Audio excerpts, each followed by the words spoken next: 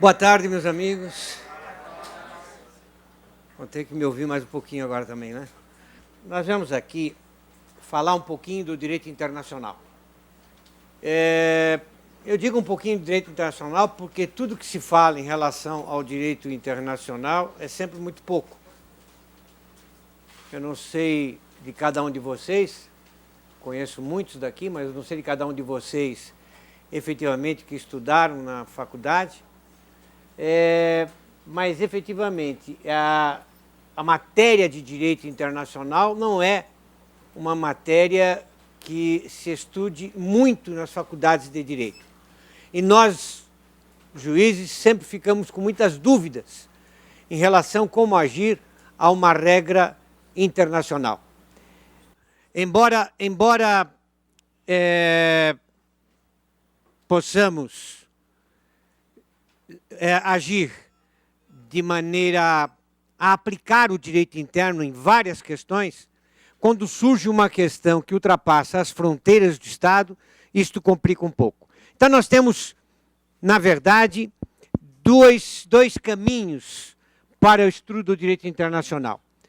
Um caminho é o direito internacional público, o outro caminho é o direito internacional privado. Quando efetivamente se pergunta a alguém se estudou direito internacional na faculdade, normalmente a resposta é sim, estudei direito internacional público e direito internacional privado. Vocês sabem que não está longe a ideia ou a crítica de que o direito internacional privado efetivamente não é um direito internacional, é sim um direito interno, e talvez nem privado seja, porque a natureza de suas normas são normas de ordem pública. Enfim, nós vamos tocar nesse assunto posteriormente, apenas para dar um breve apanhado do que isto seja.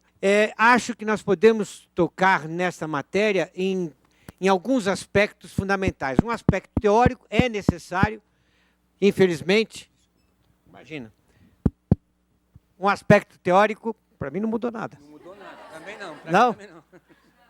Bom, mas se vocês estão ouvindo, tá bom, né? Um aspecto teórico que é necessário, né? Eu sei que vocês aqui estão em outra fase, mas eu me lembro na minha época de estudante, quando se falava em teoria, a gente queria fugir da sala, né? Falei, teoria é uma coisa chata. E um aspecto de aplicação prática das regras internacionais. O aspecto teórico é importante, porque com ele nós nos posicionamos perante o direito, perante o sistema jurídico. O que eu quero dizer com isso? Vamos começar basicamente, vocês fiquem à vontade para fazer perguntas, para nós dialogarmos, porque eu não vim aqui exatamente para dar uma aula, eu vim aqui para nós conversarmos, né? O que eu quero dizer com isso? Nós temos o direito internacional público, que cuida das relações entre Estados, que cuida das relações entre organismos internacionais, que cuida das relações entre Estados e organismos internacionais. Nós temos o direito internacional privado, que cuida da regulamentação dos conflitos de leis no espaço, admitindo-se o espaço como espaço territorial. Então, eu tenho uma pessoa que mora no Brasil, que faz um contrato com alguém que está na Alemanha, o contrato é único entre essas duas pessoas, o espaço territorial é o espaço da Alemanha e o espaço do Brasil, e há um aparente conflito de sistemas jurídicos. O sistema jurídico alemão com o sistema jurídico brasileiro. E aí nós teremos que ter regras e soluções para resolver esse conflito. O juiz brasileiro e, obviamente, o juiz alemão, se for o caso. Nós estamos pensando em nosso caso. Essa é uma matéria importantíssima, evidente que é uma matéria importantíssima, e eu não posso deixar de tocar, e vou fazer isto ao longo da nossa explanação. Mas não é a matéria que viemos efetivamente falar. Porque nós temos o direito internacional público, essa relação entre espaço, e temos o direito internacional público do trabalho. Agora saiu público. Na gravação só vai dizer, olha, ele começou com público, não entendi mais nada. Né? Nós temos o direito internacional público do trabalho. E temos, nessa esteira de pensamento, o direito internacional privado do trabalho. Ou seja, direito internacional privado, alguém é contratado no Brasil para desenvolver o seu serviço, a sua prestação de serviços no exterior, né? e, portanto, há um elemento de estranheidade, elemento estranho à Terra, desenvolvimento de serviços no exterior, e aí nós temos um conflito de leis no espaço. Direito internacional privado do trabalho. E o direito internacional público do trabalho é aquele que cuida das convenções internacionais que se referem à matéria trabalhista. Convenções ou tratados internacionais que prioritariamente, quase sempre, são aquelas adstritas à Organização Internacional do Trabalho, mas que é possível ter convenções, tratados bilaterais ou com outras organizações internacionais. Então, o que cuida, o que nós estamos falando? Qual é o nosso início? Qual é o nosso caminho? O que cuida o direito internacional público do trabalho é exatamente dos tratados internacionais em matéria trabalhista e aplicação dos tratados internacionais na nossa terra, no nosso Brasil. É isto, efetivamente, que nós estudamos. Na matéria tradicional, como todos sabem, esse estudo abrange a diplomacia, esse estudo abrange as relações consulares, abrange também a questão territorial de divisão sistemática do mundo em termos de mar territorial, estas coisas todas, os transportes marítimos e aéreos em relação ao mundo, abrange uma série de coisas que nós efetivamente não vamos tratar. Nós temos aqui o que nós chamamos em direito internacional de sujeitos do direito internacional. Os sujeitos de direito internacional são os Estados. No caso, o Brasil, por exemplo, é um sujeito de direito internacional. Os sujeitos de direito internacional são as organizações internacionais. OIT, por exemplo, é um sujeito de direito internacional. Sujeitos de direito internacional são os blocos regionais que têm personalidade jurídica, como, por exemplo, a União Europeia, como, por exemplo, o Mercosul. Eu me lembro que convidei uma professora, nós damos aula na PUC e temos a coordenação de um curso de Direito Internacional na PUC de São Paulo. Eu convidei uma professora, não precisa dizer o nome, não vale dizer o nome, mas convidei uma professora que é especialista para dar aula em Mercosul. E ela simplesmente mandou um e-mail dizendo que não falava de coisas mortas. Então aí é um grande problema, saber se o Mercosul está em vigência ou não. Mas é isso que cuida o direito internacional público. Em relação ao direito internacional público do trabalho, nós entramos, em primeiro lugar, na questão da organização internacional. Né? É uma parte histórica que eu pretendo passar rapidamente, porque tem coisas mais importantes a serem ditas, mas ela precisa ser dita efetivamente. A Organização Internacional do Trabalho tem algumas características diferenciadas de outras organizações internacionais. E nós não falamos isso porque estamos aqui no Tribunal Superior do Trabalho, não. Nós falamos isso em todos os cursos que damos em Direito Internacional, em qualquer lugar. A Organização Internacional do Trabalho, em primeiro lugar, ela foi concebida, foi criada no Tratado de Versalhes, né? 1919, ao final da Primeira Guerra Mundial. Eu estou falando coisas, efetivamente, que provavelmente vocês sabem, né? Mas nós temos que começar por aí. Na parte 13 desse tratado, que estabelecia a paz em relação àquela guerra terrível que teve, criou-se também a OIT, Organização Internacional do Trabalho. E o que é importante nisto? Esta organização, duas características, uma de fato e uma da sua estrutura, que são muito importantes. Primeiro, de 1919 até 1939, né, quando aconteceu a Segunda Guerra Mundial, várias organizações foram criadas. Junto com esse Tratado de Versalhes foi criada a maior organização internacional, que era a Sociedade das Nações, exatamente para garantir a paz mundial. E a Sociedade das Nações fracassou, porque houve a Segunda Guerra, portanto não garantiu paz nenhuma. E foram criadas várias organizações internacionais, dentre elas a Organização Internacional do Trabalho. Estas organizações que foram criadas desapareceram com a Segunda Guerra. A própria Sociedade das Nações desapareceu com a Segunda Guerra. E, no entanto, a OIT permaneceu. Essa é uma característica de sobrevivência fática de importância vital.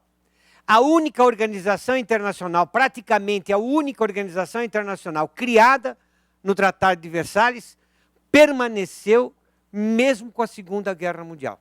Quer dizer, ela ultrapassou os problemas da Segunda Guerra e permaneceu inteira após a Segunda Guerra Mundial até os dias de hoje. Essa é uma característica que nas outras organizações efetivamente não existem. A outra característica, e esta é importante, estrutural, que a OIT, como todos sabem, ela tem uma característica de tripartismo na sua estrutura.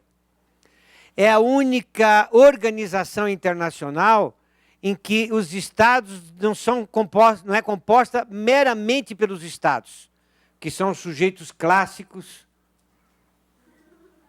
de direito internacional. Ainda bem que não ouviram antes, né? Que são sujeitos clássicos de direito internacional. Não. Ela é composta pelos Estados, membros da organização internacional, ela é composta pelas pessoas, delegados dos Estados, representando os Estados, e aqueles que representam os empregados e que representam os empregadores. Alguma coisa que não era concebível em matéria internacional, desde 1919. Até os dias de hoje, o direito internacional é um direito dito dos Estados, e não se concebia a ideia de que o ser humano pudesse fazer parte de uma organização internacional. 2 delegados representando os Estados, um representante do empregado, de cada Estado-membro, um representante do empregador, de cada Estado-membro. E estas pessoas votam na OIT, votam na Conferência Internacional, votam no Conselho de Administração, por cabeça. E o seu voto vale. Quer dizer, o João da Silva vai lá e vota, não vota em nome do Brasil, vota em nome dele, representando os empregadores. Então, é algo dificilmente que exista em outras organizações internacionais.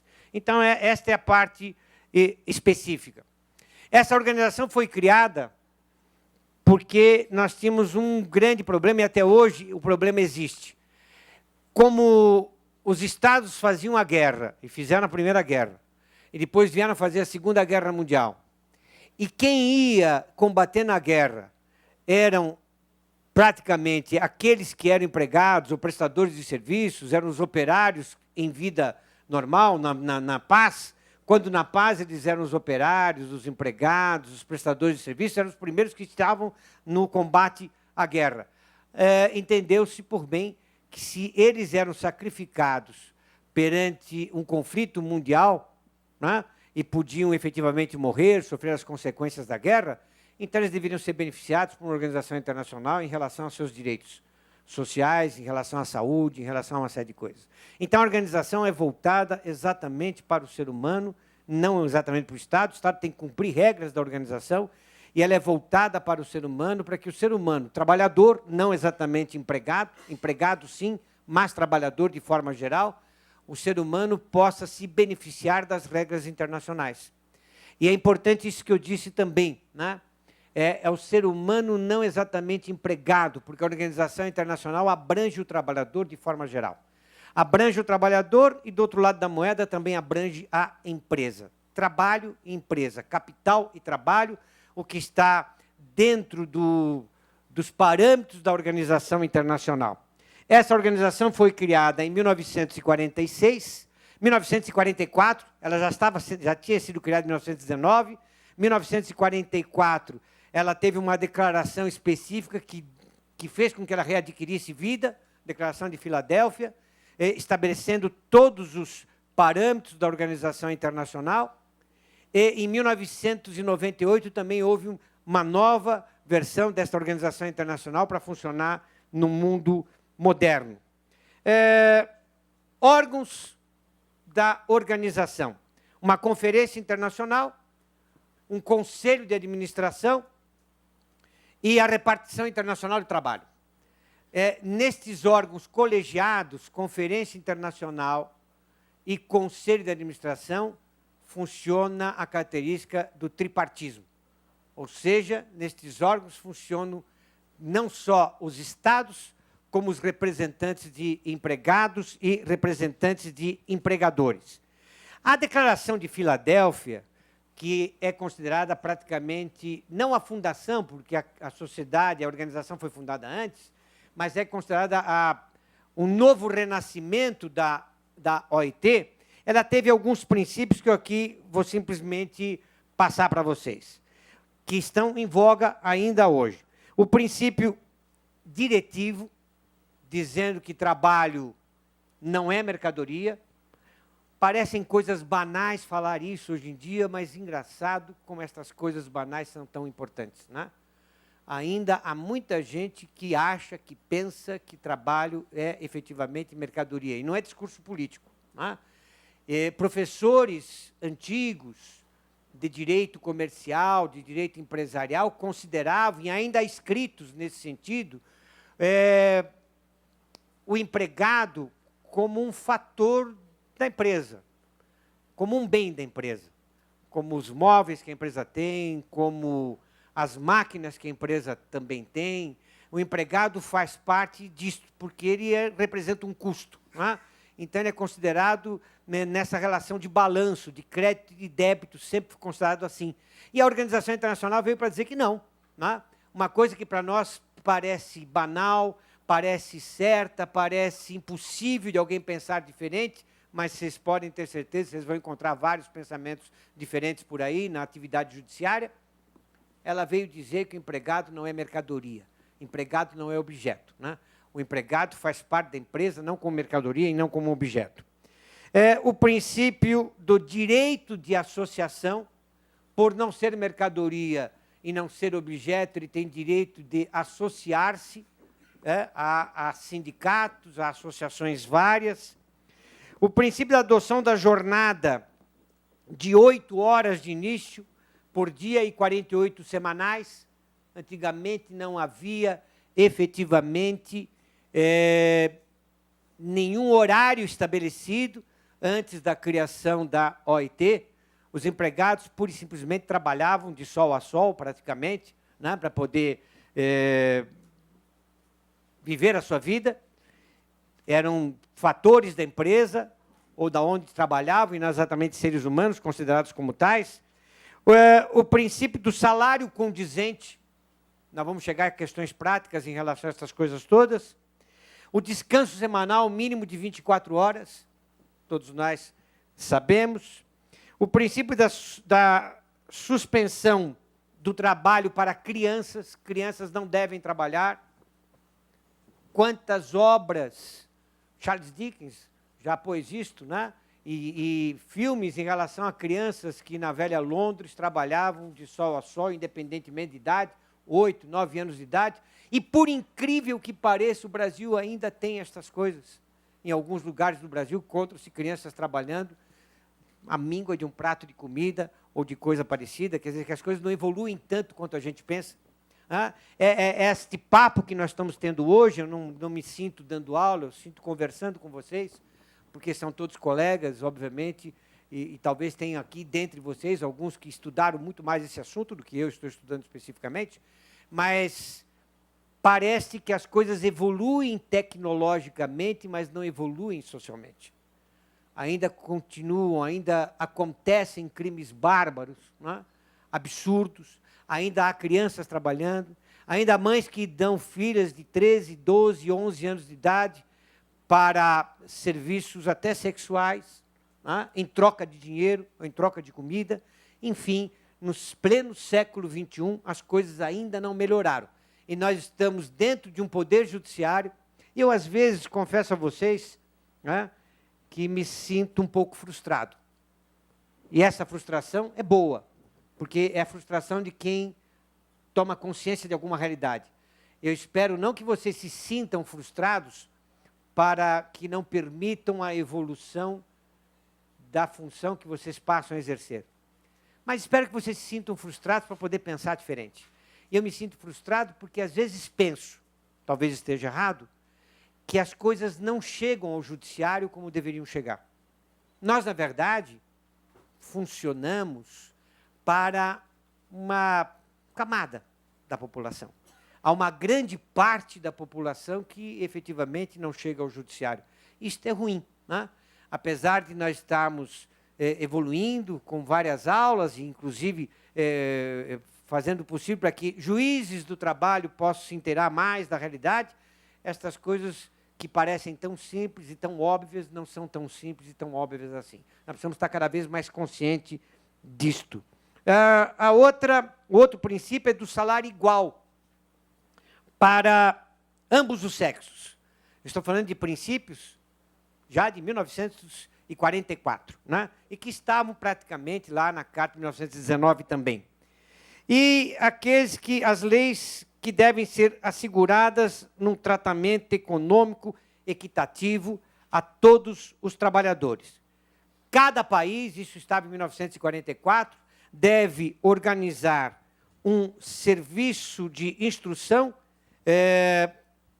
para mulheres, e aí havia uma preocupação em 44 já em relação às mulheres, à posição das mulheres, e para assegurar a aplicação das leis às mulheres e aos menores. Em 1998, eu peço permissão a vocês para ser um pouquinho chato nesse início de aula, mas só para nós estabelecermos os parâmetros do nosso raciocínio, nós tivemos uma revisão destes princípios todos, mantendo os princípios que aí estão, né? Já com 185 países como membros da Organização Internacional, com 189 convenções internacionais firmadas, 185 países, 189 convenções internacionais firmadas. Eu posso dizer a vocês que, em termos de tratados internacionais, não convenções da OIT, convenções são tratados, fazem parte dos tratados, em termos de tratados internacionais, nós temos mais de 20 mil no mundo, que são cumpridos ou não, mas há mais de 20 mil tratados no mundo. E na OIT nós já tínhamos, a partir de 1998, 189 convenções internacionais. A obrigação de cada país membro da OIT, como se pode imaginar, como nós sabemos, é de internalizar estas convenções, é de implementar as convenções no direito interno. E aí nós vamos ter alguns problemas que vou tocar um pouquinho mais adiante. A OIT monitora isto. Quer dizer, o país negocia e assina a convenção internacional, tem a obrigação de implementar, de internalizar a convenção dentro do país, mas não fica esta obrigação dentro da soberania do país, pura e simplesmente. Porque a OIT tem mecanismos de monitoramento para ver se o país está aplicando, se não está aplicando, se está sendo feito de acordo ou não está sendo feito de acordo. E aí eu faço uma primeira paradinha para dizer exatamente o que nós pensamos em torno disso, porque eu já vi muitas versões em torno dessa questão, dizendo o seguinte: não é possível aplicar todas as convenções internacionais, porque cada país tem uma sociedade diferente, tem um sistema jurídico diferente, tem valores diferentes. Isto é uma verdade. A convenção é composta de regras gerais e abstratas.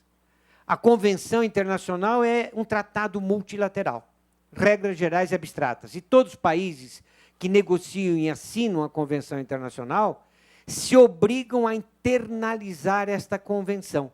De que forma? Adaptando a convenção às condições próprias do território, às condições próprias daquele país. Então, quando dizem alguns, e vocês vão entender porque estou falando isso, quando dizem alguns que é impossível a aplicação de determinada convenção, que determinada convenção, vamos aí a algo mais sério, é inconstitucional, né? Claro que eventualmente poderia ser, vamos tocar nesse assunto, mas que determinada convenção é inconstitucional, que ela não condiz com o sistema do país, não está se vendo efetivamente que essa convenção tem que ser adaptada às condições do país. A OIT não verifica regras gerais para cada país, são regras gerais para o mundo inteiro. Então, é óbvio que se a República do Burundi, na África, o Brasil ou os Estados Unidos aplicam a mesma convenção, essa convenção tem que ser aplicada de forma diferenciada, com as condições sociais e econômicas de cada país. Então, é preciso de um esforço do governo para que essa convenção seja efetivamente aplicada de maneira adequada e seja obedecida. A OIT, só para prosseguirmos um pouquinho mais, eu não sei se isto é bom ou é ruim, mas isto é no mundo inteiro assim. A OIT tem 3 idiomas que são considerados os idiomas básicos, que é o inglês, o francês e o castelhano, o espanhol. O idioma português, infelizmente, não está nesse elenco, mas nós temos, vejo que interessante, o idioma inglês, que é da família do common law, família jurídica, né? E o idioma francês e o espanhol. Eu estou pondo algumas coisas, eu não sei se isso vai dar, ao final da aula, algum tipo de raciocínio, espero que dê. Idioma espanhol e francês, que é da família do civil law, da família romano-germânica. Então, nós temos uma força em termos de família jurídica, pelo menos através da comunicação no idioma francês e no idioma espanhol, e depois também no idioma inglês. Em relação às convenções internacionais, vamos entrando aos poucos naquilo que é importante. O que é que produz a Organização Internacional do Trabalho? A Organização Internacional do Trabalho produz convenções e produz recomendações.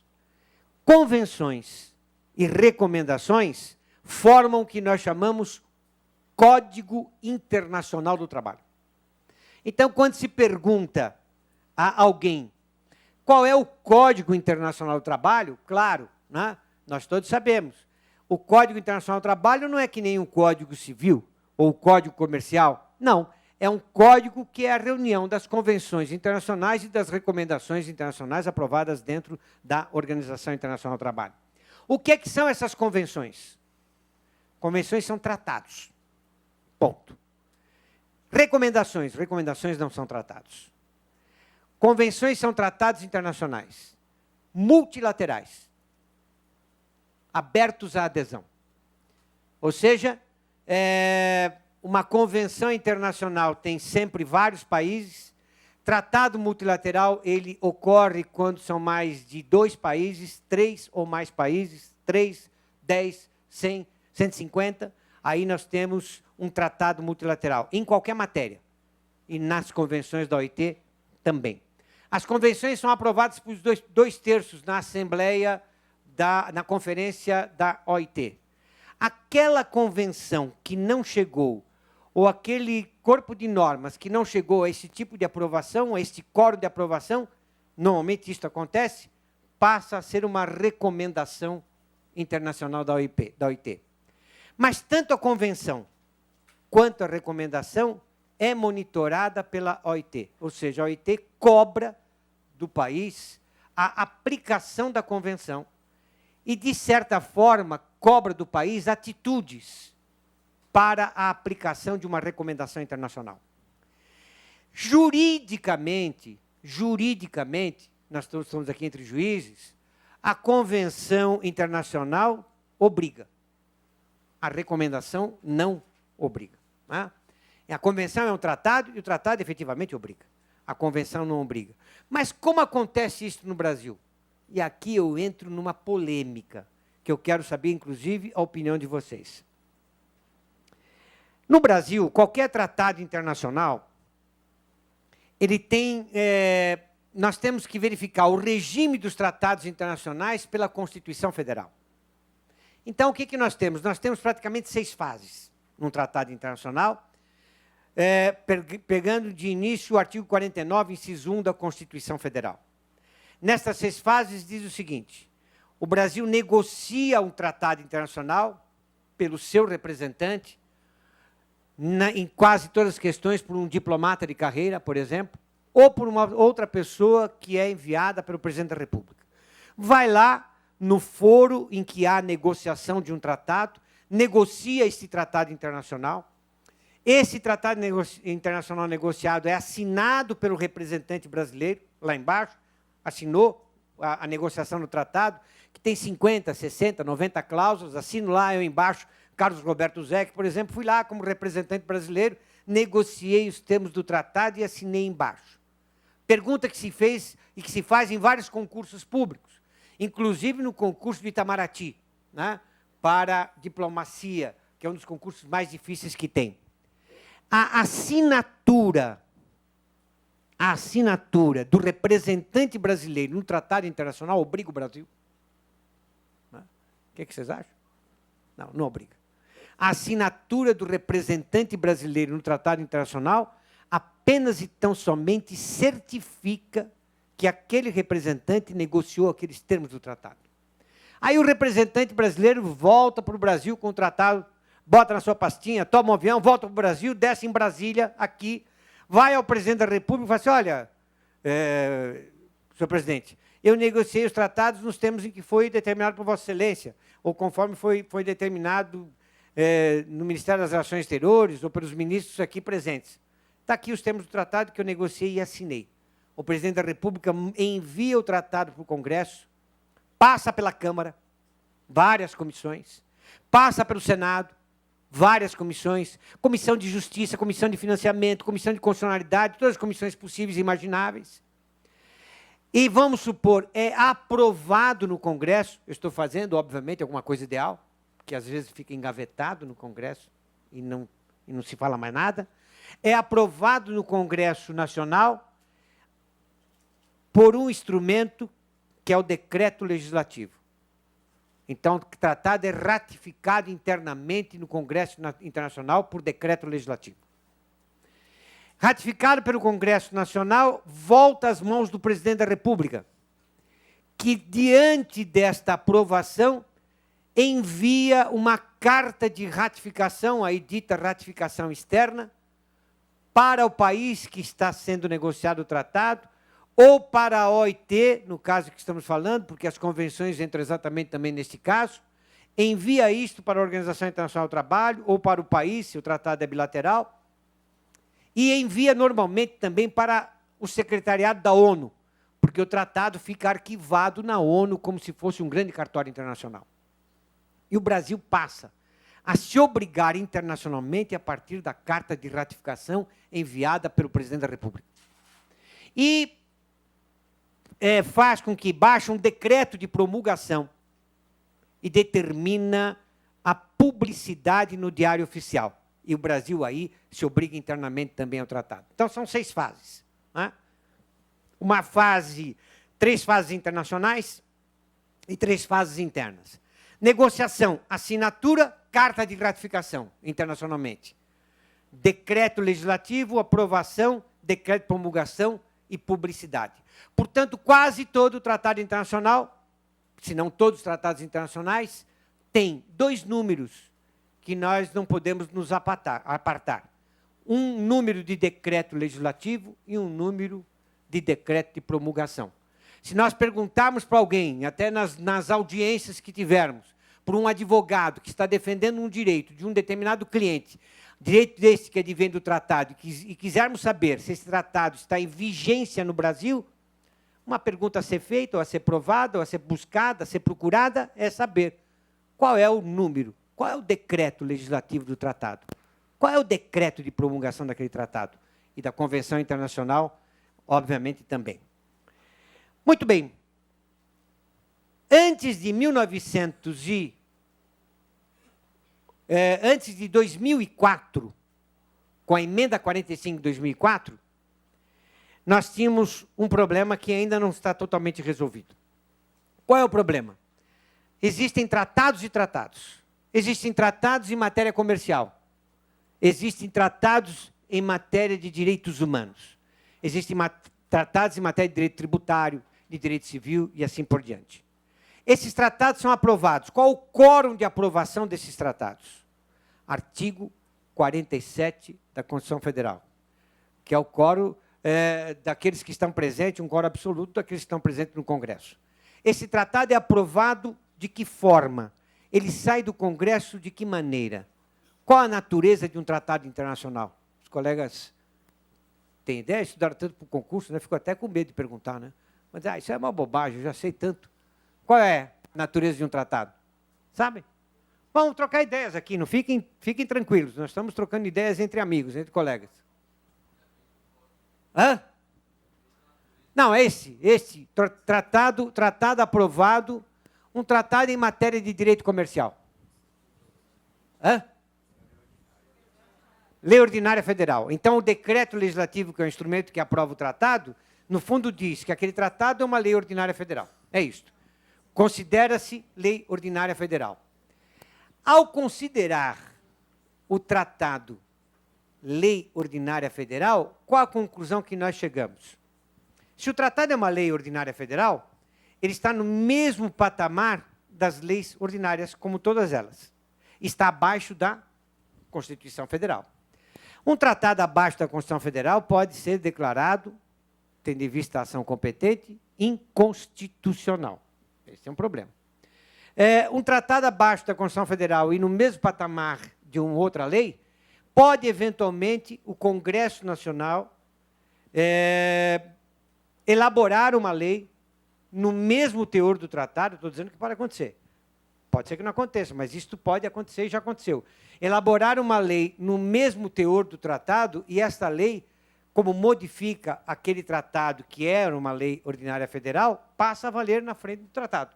Então, muitos dizem, até de maneira errônea, não muito corretamente, que aí nós teríamos uma revogação interna do tratado internacional, que seria um absurdo. Né? Revogar um tratado por lei interna. Mas, se não é revogação, no mínimo ele ficaria suspenso. Porque qualquer juiz, qualquer um de nós diria, pelo que aprendemos, sem eficácia. Nós diríamos o quê em relação a isto? Que entre uma lei antiga e uma lei nova, sobre a mesma matéria, eu aplico a lei nova. E, portanto, acabaríamos aplicando a lei nova em detrimento do tratado internacional. Mas o Brasil se obrigou, internacionalmente. E, embora não praticado internamente, o Brasil responde internacionalmente pelo não cumprimento do tratado a que se obrigou. Este é um grande problema. Nós provocamos nos nossos parceiros internacionais um problema de neurose, no mínimo, porque eles ficam sem saber o que o Brasil vai fazer. Será que vão revogar o tratado? Será que eles vão aprovar outra lei? Será que o tratado não vale? O Brasil fica em cima do muro em matéria de tratado. Não há regime jurídico específico em matéria de tratado na Constituição Federal. Existem artigos, e nós deduzimos desse artigo uma série de coisas. Isto antes de 2004, sem sombra de dúvida. Não importa qual o tratado, não importa o teor do tratado, não importa a matéria, esse tratado é uma lei ordinária federal. Foi, de certa forma, o que aconteceu com a Convenção 158 da OIT. Não é? Aquela convenção que, no meu modo de ver, mal interpretada, talvez, dizia que havia uma garantia de emprego para todos aqueles que estivessem no emprego, e, portanto, não poderiam ser mandados embora. Convenção 158. Essa interpretação não me parece a correta. Mesmo olhando a convenção, essa interpretação não era correta, mas essa interpretação que foi dada pelos tribunais, quase todos. Né? E o Brasil, até com a Convenção 158, diziam alguns críticos, o Brasil se tornou o Japão.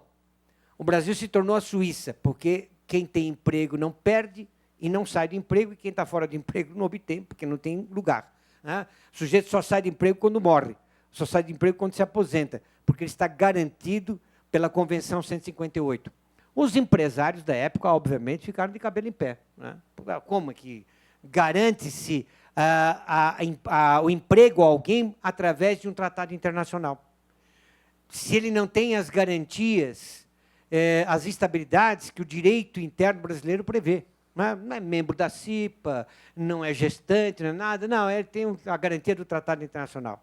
Então, essa discussão foi para os tribunais, chegou ao Supremo Tribunal Federal, que acabou por, em recurso extraordinário, que acabou dizendo que, como o artigo 7º, inciso 1, da Constituição Federal diz que a garantia de emprego é através de lei complementar, olha o raciocínio técnico, né?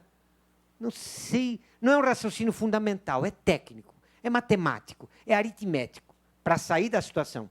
Como o artigo 7º, inciso 1, diz que a garantia é por lei complementar e convenção da OIT é tratado, e tratado só pode ser tido como lei ordinária, portanto, uma lei ordinária não pode dar garantia de emprego. portanto, é inconstitucional. Raciocínio jurídico técnico. Né? E acabou.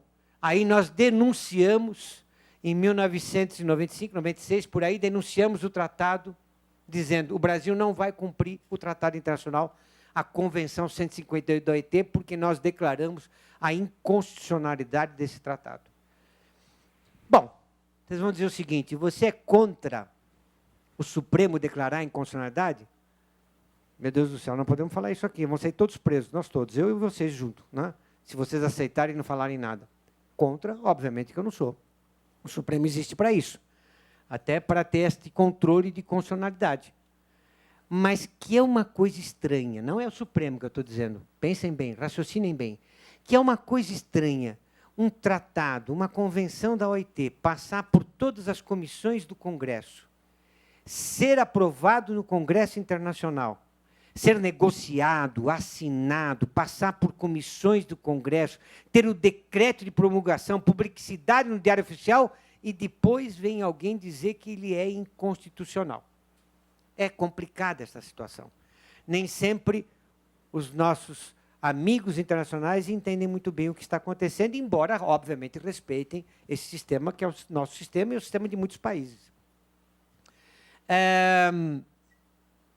E passa por comissão de constitucionalidade no Congresso. Né?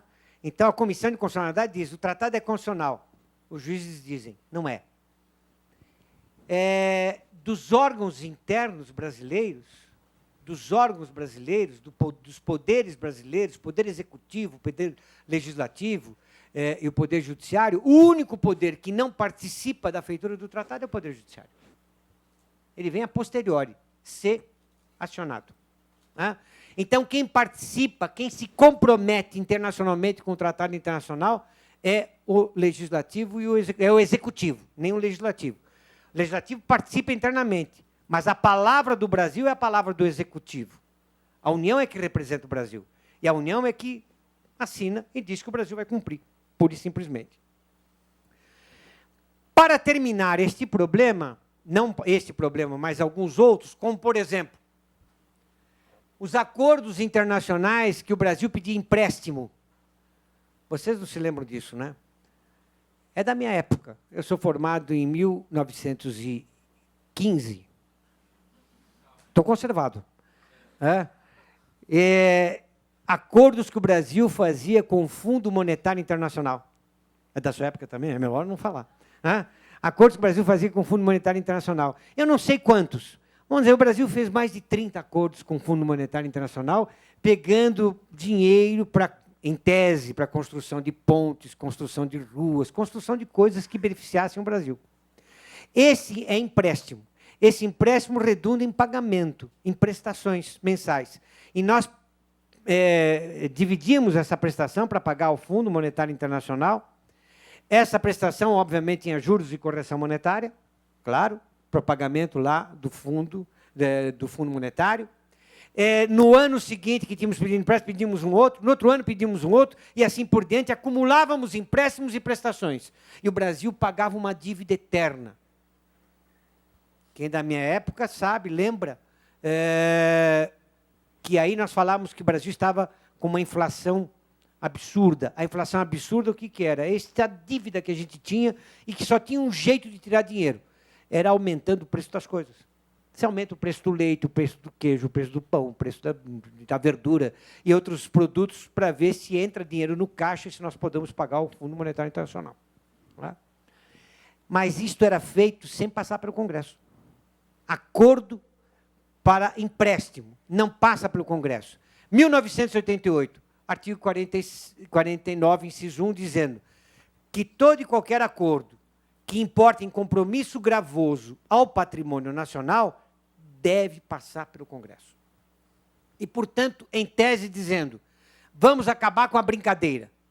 Não pode mais o presidente do Banco Central, não pode mais um diplomata qualquer, alguém em nome do Brasil ou do presidente da República, ir lá negociar e endividar o Brasil como um todo, através de um tratado internacional. Porque, se tiver que fazer isso, tem que passar pelo Congresso. E o Congresso tem que dizer se está certo ou se está errado. Se aprova ou se não aprova o tratado internacional. Então, a partir de 1988, nós tivemos uma base diferenciada. Nós tínhamos 2 tipos de tratados a partir de 88. Um tratado que poderíamos dizer que é simplificado, não passa pelo Congresso, que é aquele tratado que não importa em compromisso gravoso. Está dando para entender? Hã? Eu estou falando, hein? Tá? Aquele tratado que não passa pelo Congresso porque não importa em compromisso gravoso, dinheiro. Hã? Compromisso gravoso é dinheiro, erário público. E um tratado que tem que passar pelo Congresso, dito solene, porque importa em compromisso gravoso.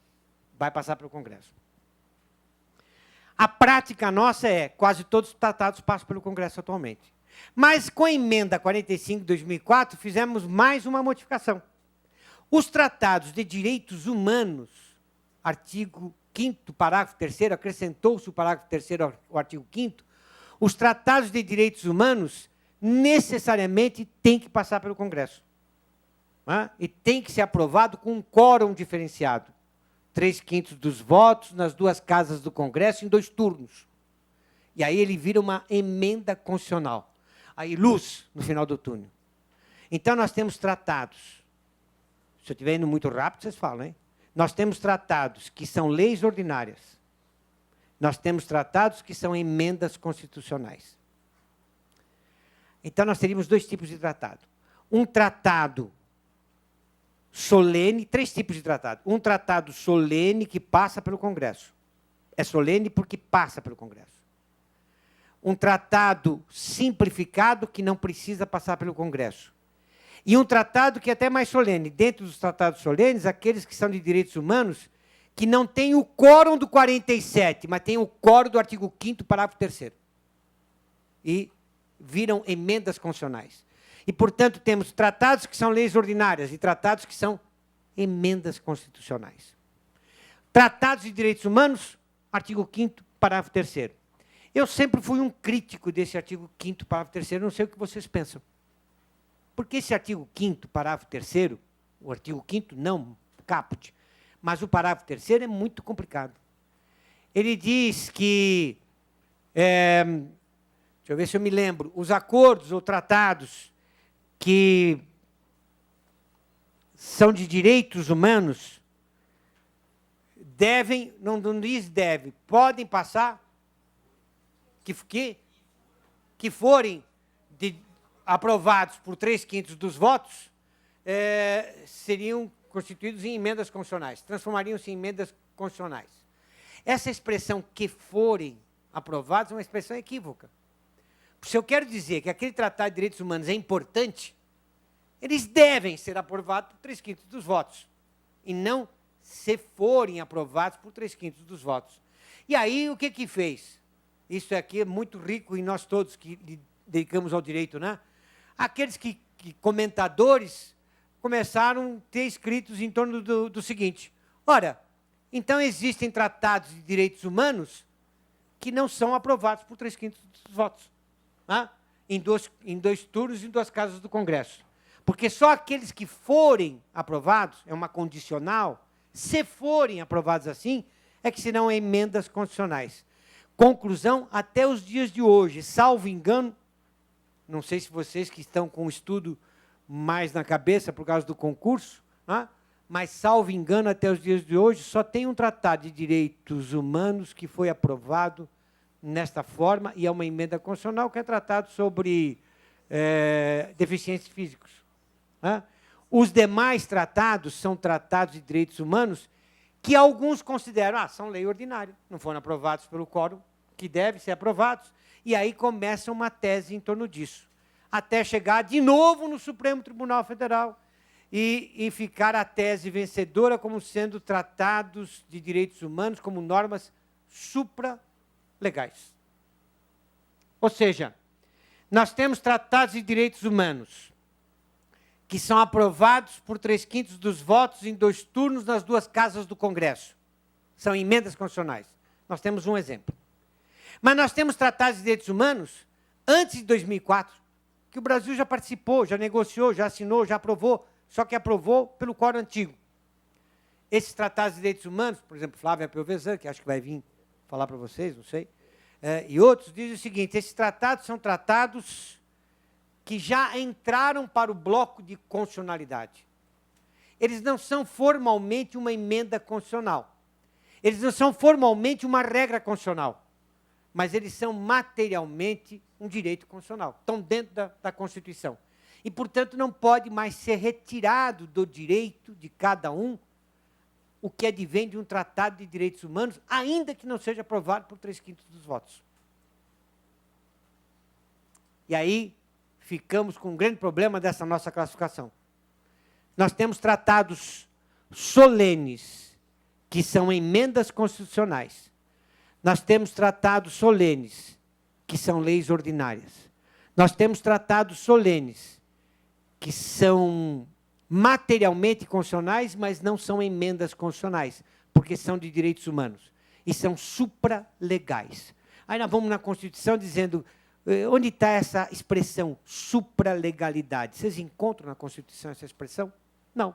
Né?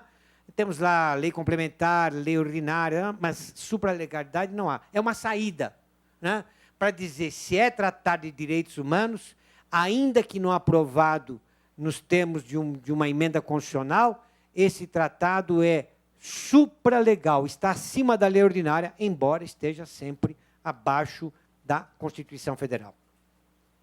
Por que eu estou dizendo tudo isso? Para chegar nas convenções internacionais do trabalho, né? As convenções internacionais do trabalho são tratados ou não de direitos humanos? Fala, meu amigo.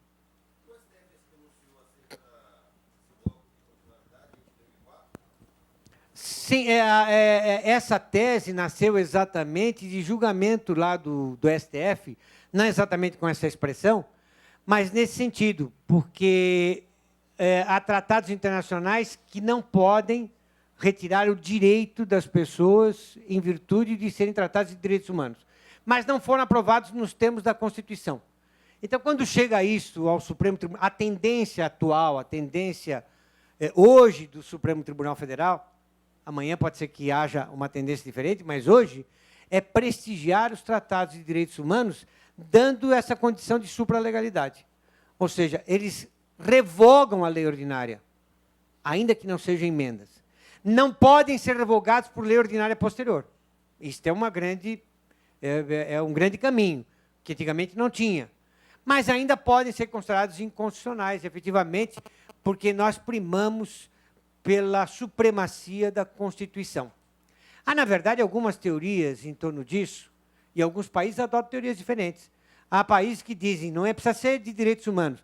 O tratado que é assinado e negociado por um determinado país, ele prevalece sobre a lei interna. Portugal, se não me engano, é assim.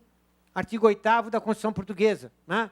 O tratado assinado, negociado por Portugal, revoga a lei interna, inclusive a lei constitucional. Está acima da Constituição. Então, o tratado estaria acima da Constituição. Outros dizem, não, o tratado está do lado da regra constitucional. As emendas. Um tratado é regra constitucional.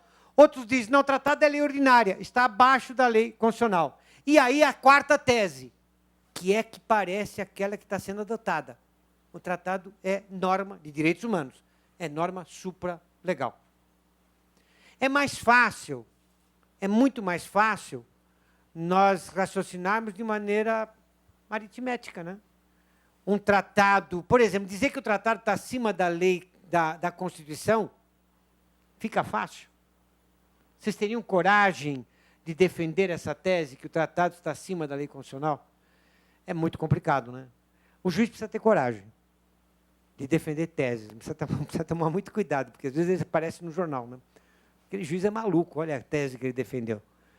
Então precisa tomar cuidado. Assim, que um tratado supera tudo, está acima da lei constitucional, é muito complicado. Um tratado está no mesmo patamar da lei constitucional, essa é uma defesa razoável. Ou ele é uma emenda, ou ele é uma norma supralegal de direitos humanos e, portanto, está no mesmo patamar, de certa forma, da lei constitucional, embora não seja uma emenda. Hã? Pois não.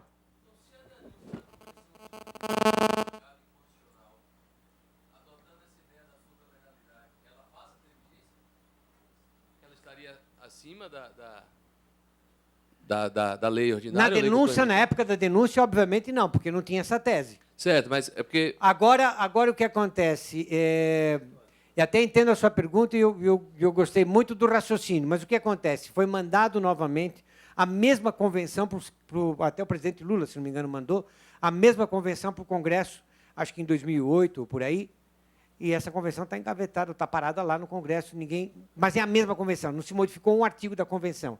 A pergunta sua é muito nesse sentido também. O que vai acontecer agora? Vamos supor que o Congresso aprove. Né? Ou então o STF julgue inconstitucional a denúncia, porque tem ação lá tramitando no STF questionando a denúncia por ter sido unilateral. Bom, aí tocamos em um outro problema. Eu não sei da... Alô, alô? Perdão. Não, fala. Pode falar. Não, que eu acho que Sardinha perdeu o objeto, o STF já julgou isso. Não, mas quando ele falou o STF considera a sua última fala, o STF... Já julgou, se manifestou sobre a Sardinha. Foi até o Celso de Mello, perdendo o objeto. Agora não me recordo o motivo. Sim, mas a questão doutrinária continua ainda. Que fiz a denúncia. A questão doutrinária continua pelo seguinte.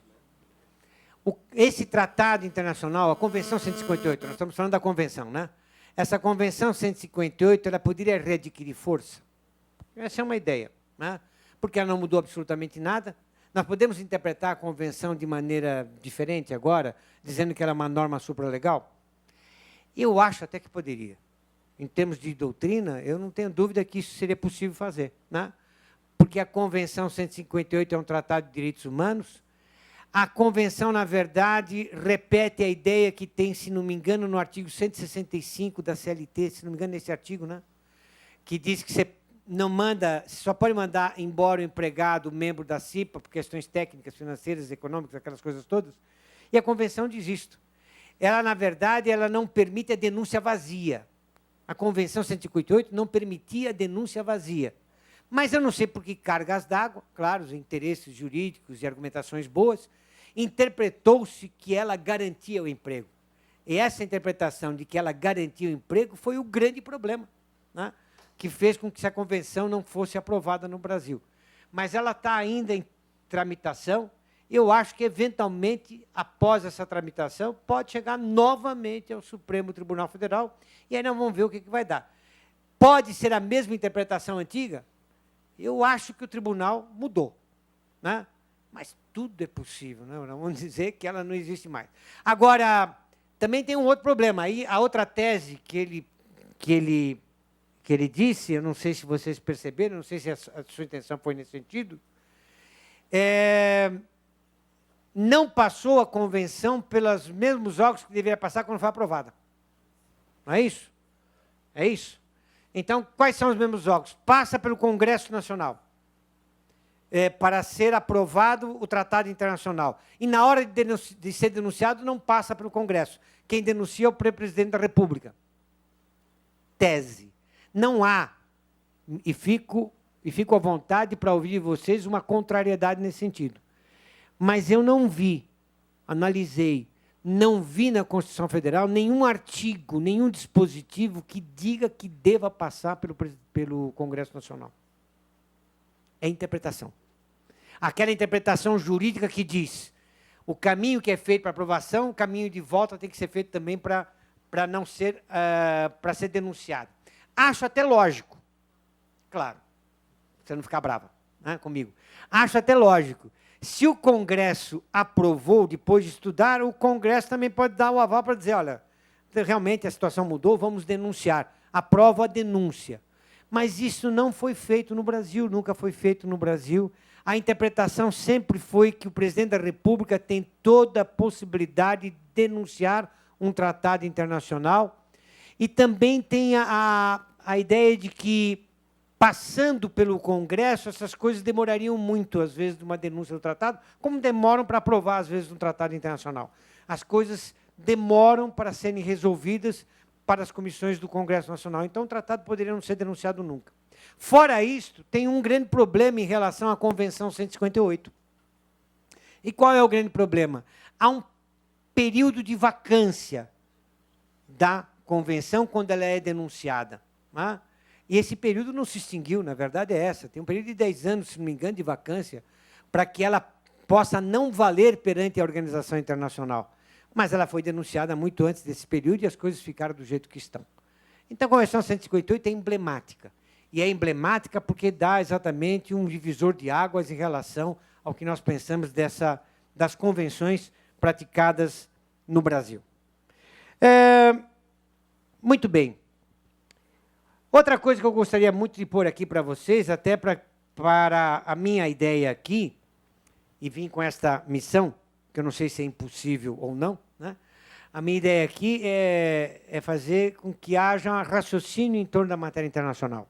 Basicamente isso, e não exatamente o ensino do direito internacional, porque vocês todos já estão mais do que cansados de estudar direito em todas as suas facetas. Em relação às convenções da OIT, especificamente, o que nós temos de importante? A OIT verificou que nem todos os países aplicam a convenção como deveriam aplicar. E são convenções importantes. No meu modo de entender, são convenções de direitos humanos. Essa é uma discussão que também poderia ser posta. Então, a OIT elencou algumas convenções que são tidas como prioritárias.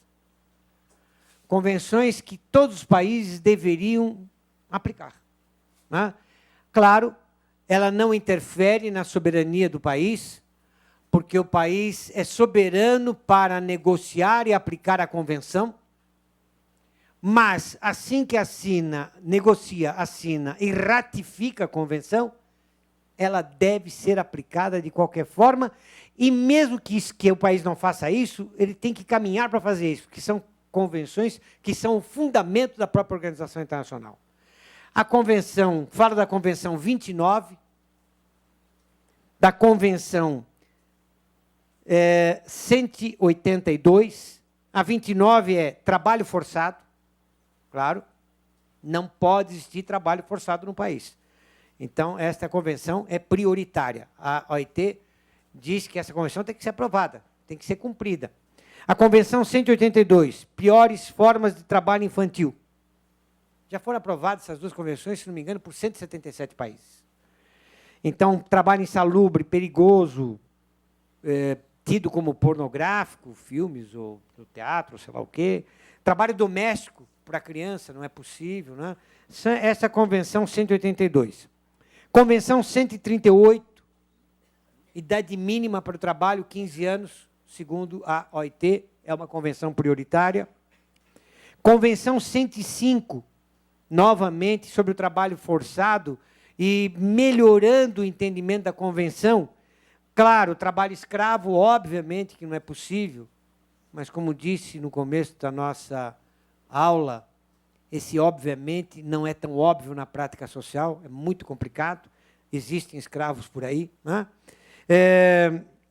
Trabalho sobre ameaça de pena, forçado. Ainda que não escravo, mas, olha, você trabalha, senão vai ter, se não fizer isso para mim, você pode ter um problema na sua vida. Trabalho sobre o regime de barracão. Já viram falar isto? Não? É um trabalho em que a liberdade do trabalhador é restringida, em que ele trabalha sobre vigilância armada. Tem muito no Brasil ainda, muito no Brasil ainda. O empregado se obriga a consumir bens fornecidos pelo próprio empregador e paga.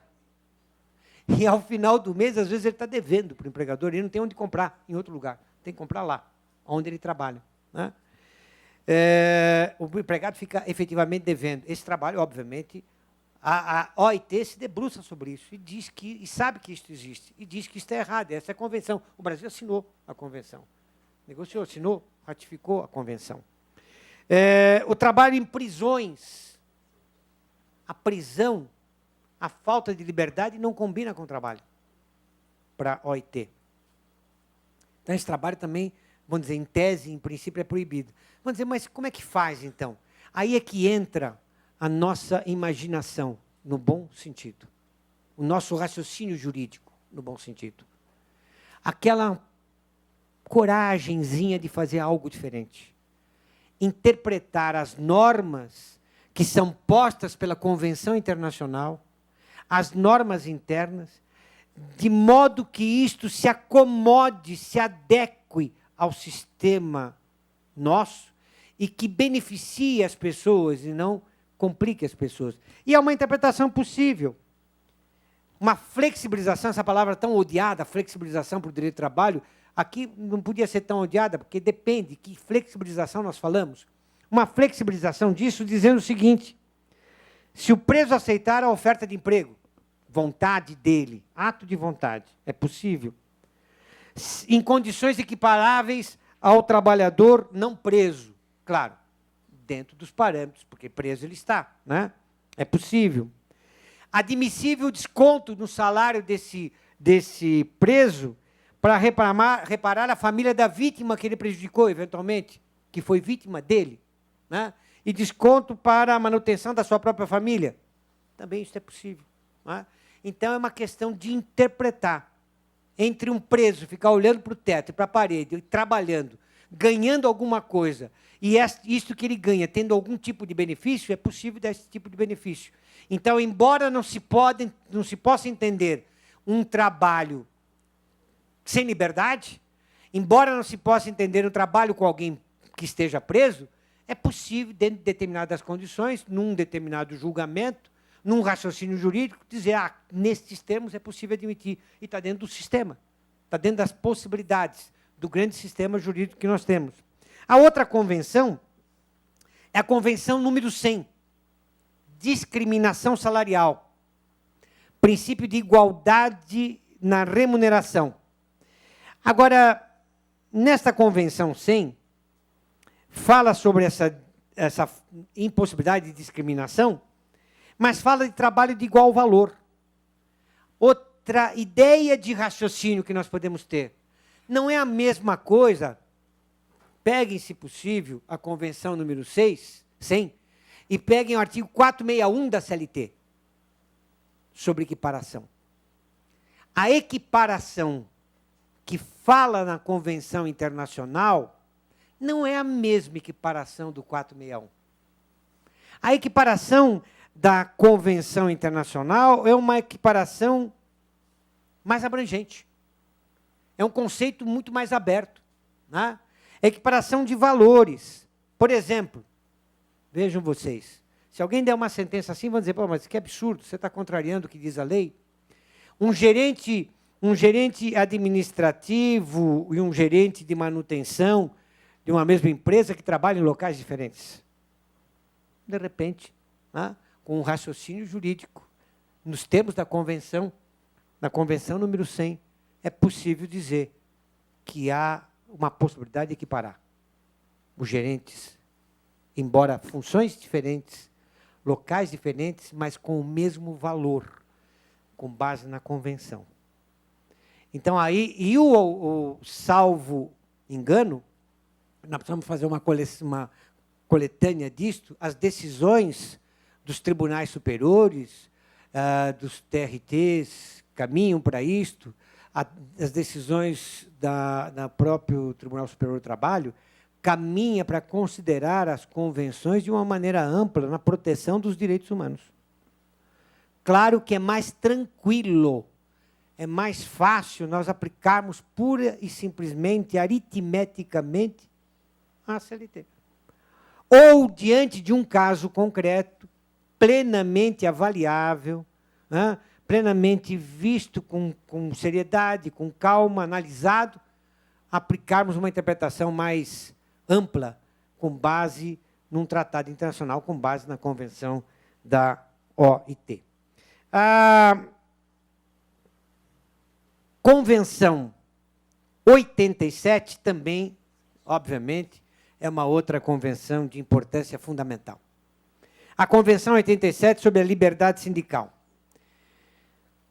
que o Brasil não aprovou, acabou não ratificando a Convenção 87. Mas ela poderia ser implementada. Ela não me parece que estabeleça ingerência na organização sindical. Ela não obriga, efetivamente, o fracionamento dos entes sindicais. E essa Convenção 87 é uma das mais importantes da Organização Internacional do Trabalho. Mas o Brasil não adota com base na Constituição Federal, porque diz que a Constituição Federal consagra o princípio da unicidade sindical. Só que esse princípio da unicidade sindical significa o quê? O mesmo, 2 ou mais sindicatos no mesmo território, município, com base no município. Não pode ter mais de um sindicato no mesmo município. Só que o Brasil, tendo em vista a não aprovação desta Convenção 87, fez com que se multiplicassem os sindicatos. Nós temos, eu não tenho o número exato, mais de 24 mil sindicatos no Brasil. A Alemanha, por exemplo, e outros países que aprovaram a Convenção 87, tem 8, 9 sindicatos. A diferença é muito grande, né? E esses sindicatos todos, eu não sei quem veio, eventualmente, como advogado, advogada da área sindical, talvez saiba bem o que eu estou falando, tem muitos sindicatos artificiais. Além do que, cobrança de impostos. Imposto sindical, que é um tributo. Né? Além da contribuição confederativa, contribuição assistencial e outras contribuições. Quer dizer, tudo vai em relação ao trabalhador, especificamente, essas cobranças todas, sindicatos artificiais, cúpulas sindicais que efetivamente não funcionam, né? Com base numa ideia de liberdade sindical. Não é estranho? Que liberdade sindical é essa que me prejudica como trabalhador? Então, eu acho que, eventualmente, não haveria o porquê não aprovar a Convenção 87. É uma questão de interpretar a Constituição Federal. Mas, em todo caso, a base nossa é desta interpretação. Tem 152 ratificações, a Convenção, mais ou menos isso, a Convenção 87 no mundo. 33 países não ratificaram a Convenção. Dentre esses países, não ratificou, com certeza, o Brasil, a China, a Índia, os Estados Unidos, que representam metade da mão de obra do mundo. Isso é um problema danado. Quer dizer, nós não cumprimos o que é básico em matéria de direitos humanos. O mundo inteiro está muito complicado em relação a isso. A OIT até criou um comitê, que é o Comitê de Liberdade Sindical, para monitorar a aplicação da Convenção 87, que está muito difícil de ser aplicada, e o Brasil, efetivamente, até agora, não manifesta interesse nessa aplicação. A Convenção 98 é outra. Vocês estão marcando aí as convenções. São 8 convenções que são prioritárias. Que é a liberdade de negociação coletiva. Essa liberdade de negociação coletiva, numa interpretação vasta, lata, não é só para os dirigentes sindicais. Essa liberdade de negociação coletiva seria para todo e qualquer dirigente que participasse da negociação coletiva. Toda e qualquer pessoa sindicalista que participasse da negociação coletiva. E não como, às vezes, tem se interpretado apenas para os dirigentes sindicais. Em todo caso, é uma questão de interpretação. Trabalhador em atividade sindical não pode sofrer, obviamente, repressão alguma, e isto tem base nessa proteção na Convenção 98 da Organização Internacional do Trabalho e a Convenção 169 em relação aos povos indígenas. Então, nós temos aí as convenções, né? As convenções 29, qual que nós falamos? 29, 182, 138, 105, 100, 87, 98, 169, se eu não esqueci mais nenhuma.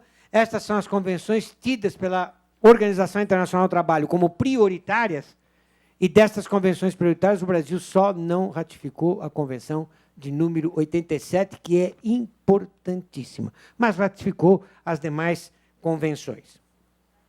É fato que a nossa CLT, Consolidação das Leis do Trabalho, eu muitas vezes ouvi isso de colegas da magistratura, não da magistratura do trabalho, da magistratura de outros ramos judiciários. Eu dou aula na PUC tem vários professores de vários ramos do judiciário, da Justiça Federal, da Justiça Comum, e alguns falavam o seguinte: Zé, que para você é fácil, tudo na Justiça do Trabalho é muito mais fácil. A Justiça do Trabalho é tudo acordo, né? A Justiça do Trabalho não tem rigor, tudo é fácil de resolver. E a CLT é uma é um documento atécnico, A negativo, de técnica, não tem técnica nenhuma. É um documento de cima para baixo, é um documento que não tem rigidez na sua formulação e, portanto, não é uma coisa muito séria. Eu me senti assim, né? Quase que eu saí correndo. Eu acho que, por incrível que pareça, nós estamos cá entre nós, tudo bem, nós podemos falar, né? Mas é uma verdade, já tive a oportunidade de falar isso até em conferência e tudo mais, para outras pessoas, não para a nossa turma. Eu acho que a CLT, claro, tem muitos defeitos, precisa ser muito melhorada nos tempos atuais, mas ela possibilita um raciocínio mais amplo em torno de matéria social. Pelo menos é isso que acontece. Um código é mais rígido, né, na sua interpretação. A CLT possibilita isso. Eu posso, com base em vários artigos da CLT, dar interpretações maiores, mais fundamentadas para a proteção do trabalhador, efetivamente. Não é só a proteção do trabalhador, que também esta é a crítica que é feita para nós, né? Protege-se o empregado, seja o que for, o empregado sempre sai vencedor na justiça do trabalho. Bom, que ele sempre saia vencedor na justiça do trabalho, na maioria das vezes, pode até ser uma verdade, no sentido de que a maioria das empresas também não fazem as coisas de acordo. Você pega uma empresa japonesa, os caras pintam a parede de verde para deixar o empregado mais tranquilo. Tem piscina para ver se ele toma um banhinho, fica mais tranquilo e volta a trabalhar. Não é que eles sejam bonzinhos. É que eles fazem isso porque eles sabem que, fazendo isso, o sujeito vai produzir mais. Né? Tem essa inteligência. Né? Então, tem boa comida, tem uma piscina, tem yoga, tem aquele negócio todo, e o sujeito trabalha feito um maluco, a vida inteira dele. Aqui nós fazemos tudo de maneira a não cumprir a regra básica de um trabalho que deva ser cumprido. Se nós aplicarmos a consolidação das leis do trabalho e as convenções da OIT de maneira racional, de maneira inteligente, aplicando o que nós temos de importante, que são os princípios da Constituição Federal. A nossa Constituição Federal tem como linha mestra, como linha básica, como espinha dorsal os direitos humanos. Pensem nisso. Nós temos a nossa espinha dorsal constitucional, os direitos humanos. Então, é possível sempre, com base nos direitos humanos, fazer uma aplicação coerente das normas da CLT e das convenções que devem atuar no Brasil. Eu acho que esta aplicação tem por parâmetro, vocês podem pensar de maneira diferente, obviamente, né? Tem por parâmetro, acho que esse é o melhor caminho, por enquanto, a supralegalidade. Ou a norma advinda de um tratado internacional é uma emenda constitucional, Tratado de Direitos Humanos, ou ele é uma norma supralegal, está acima da lei ordinária. E, eventualmente, pode contrariar a Constituição Federal.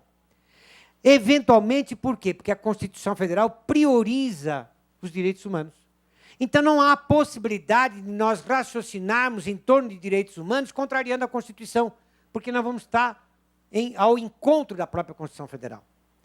Quando eu falo desse parágrafo 3º do artigo 5º da Constituição, e digo que essa norma, no meu modo de entender, outros pensam diferente, não foi bem redigida, né?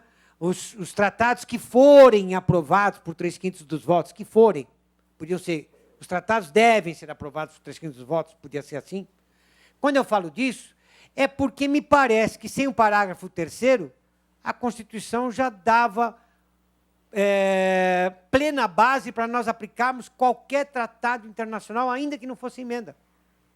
Um parágrafo 2º, que diz que aquelas normas advindas de tratados internacionais são direitos fundamentais, são os direitos nossos. Então, todas as normas advindas de convenção da OIT, no meu modo de entender, fazem parte dos direitos fundamentais.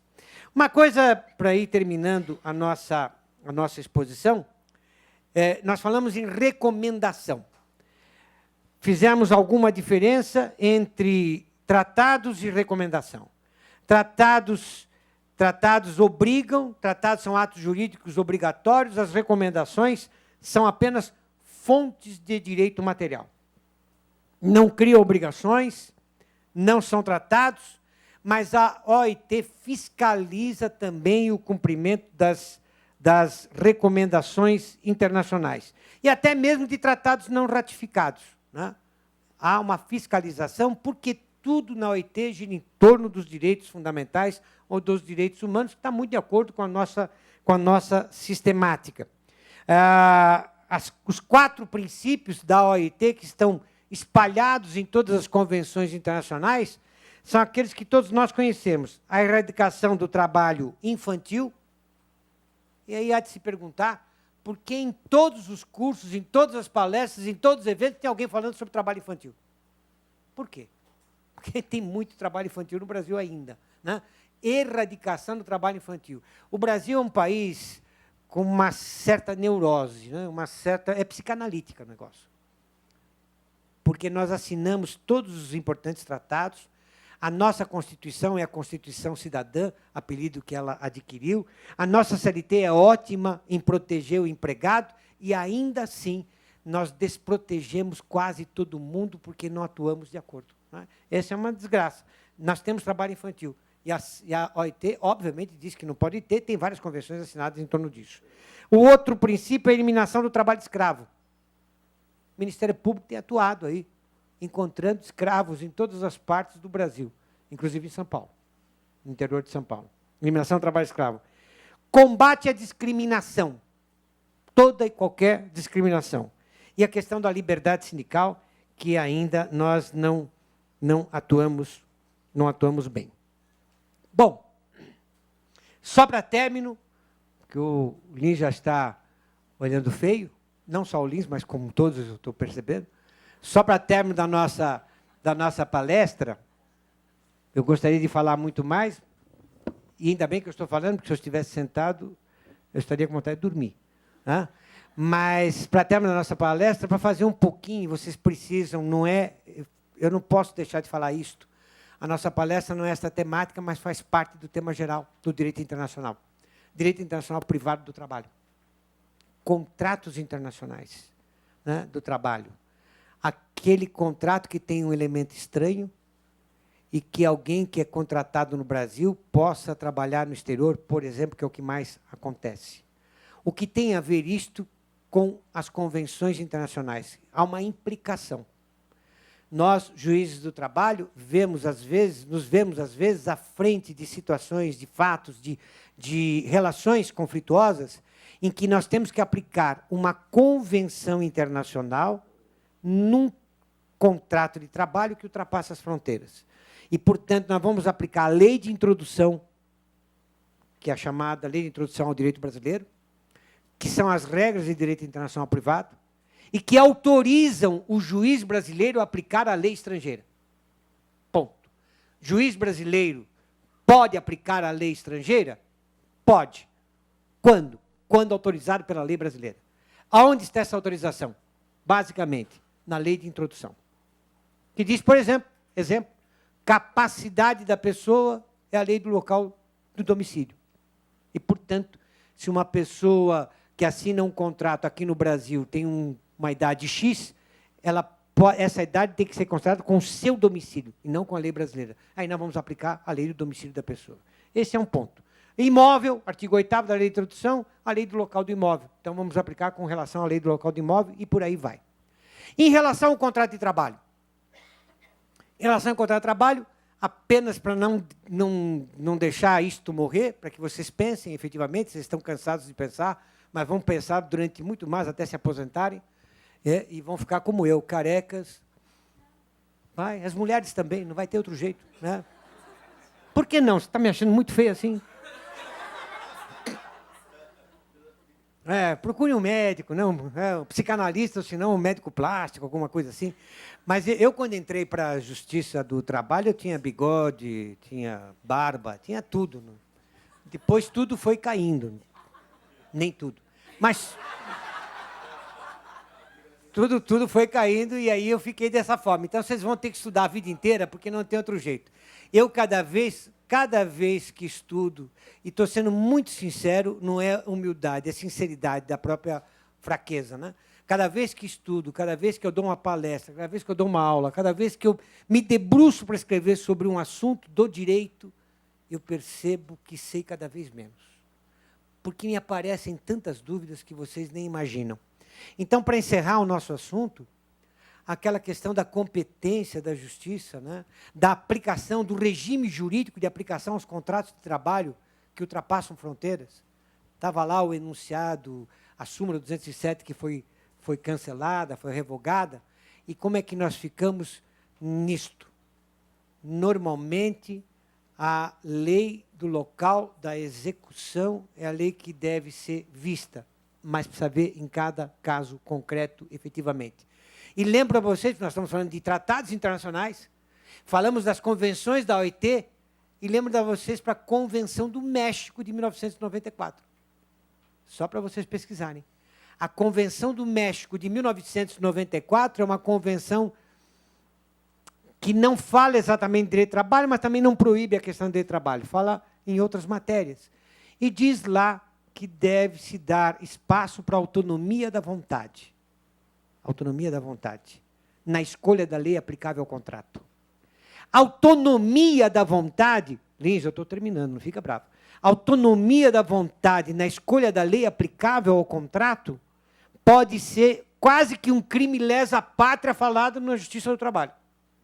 Como o empregado tem autonomia da vontade para escolher a lei aplicável ao contrato, eu acho efetivamente que não tem, mas depende do empregado.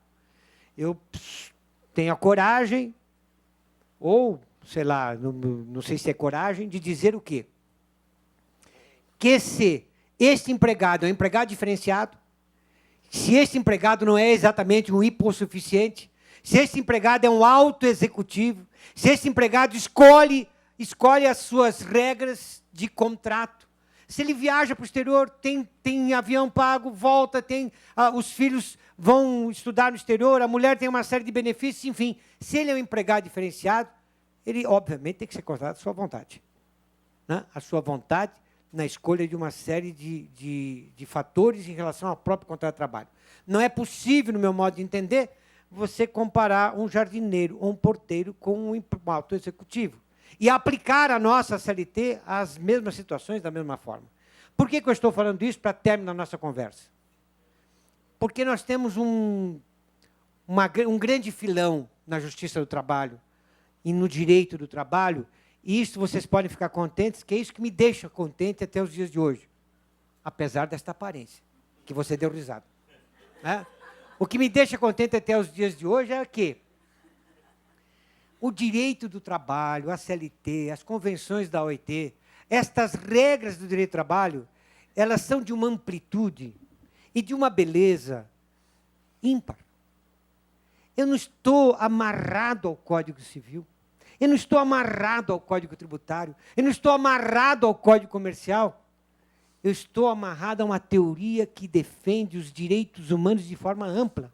Direitos humanos é o direito do trabalhador, é o direito da empresa de se estabelecer, daquele que quer fazer o negócio também, dentro de uma sistemática que privilegie o ser humano, que privilegie a possibilidade que ele tem de comer bem, de viver bem, de ter a sua vida ampla, a sua família bem posta, e de ser uma pessoa que possa ampliar as coisas. O Brasil está precisando, efetivamente, de juízes. Não sei se eu sou o exemplo, acho que não sou. Dr. Fava talvez seja. De juízes corajosos. Juízes que resolvam estudar esta base da teoria, que resolvam estudar as convenções internacionais e que interpretem a consolidação das leis do trabalho de uma maneira que beneficie toda a sistemática que está dentro da própria Constituição. Se nós interpretarmos dessa forma, não estaremos contrariando a Constituição. Estaremos dando uma interpretação rica às convenções e à própria CLT. Enfim, os outros desandos administrativos e legislativos que eu falei para vocês, nós não podemos fazer nada. Né? A interpretação da aplicação das convenções no direito interno é uma complicação, efetivamente. Não há um regime jurídico e elas devem ser interpretadas desta forma, que pelo menos é o caminho que eu dou para vocês. com base na Constituição, com base na supralegalidade e na incidência das normas de direitos humanos, que são fatais e são determinantes para uma sociedade livre, para uma sociedade progressista, para uma sociedade que quer ser uma das primeiras do mundo. Vejo vocês, juro que eu estou encerrando, eu falo isso na PUC também, eu estou encerrando e fico até meia-noite, mas estou encerrando mesmo. Vejo vocês o seguinte, o Brasil quer tanto ser membro do Conselho de Segurança da ONU, não é? E o Brasil é membro permanente do Conselho Administrativo da OIT, que é um conselho específico, que resolve problemas em termos de direitos fundamentais. Né? Por que não levar à frente isso de maneira ampla? Depende muito de nós todos. É isso. Alguma questão? Não? Graças a Deus, vamos embora? Muito obrigado.